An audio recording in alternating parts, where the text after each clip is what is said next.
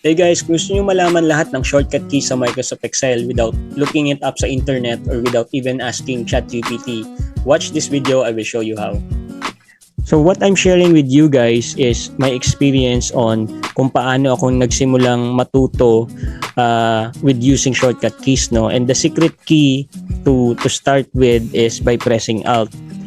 Di ba, nakita nyo kaagad yung mga letters sa ilalim ng mga tools na yan. So, nag-start ako dyan. I started getting familiar with yung mga letters na yan. So, dito lagyan natin ng borders to, no? Start by highlighting that. So, press mo yung Alt and then H. Hanapin mo yung border. Siyempre, dapat familiar din kayo kung saan mahanap yung mga options na yan.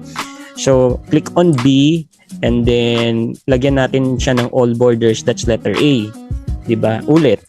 So, lagyan natin ng borders. Gusto ko siyang i-familiar. So, I will press on Alt, H, B, A. So, ayun guys. So, hindi mo na kailangan mag-search. Actually, familiar mo lang yung mga keys na nandito na nakikita nyo. Ipapakita nyo naman yan eh. So, take note of those keys.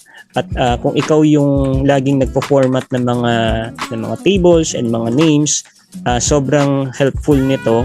And then, i-take note nyo lang yung mga keys na natutunan nyo for that day. And then, eventually, mapafamiliar kayo sa lahat ng keys na nakikita nyo. So, yun lang guys. Hopefully, or sana may natutunan kayo sa content na to today.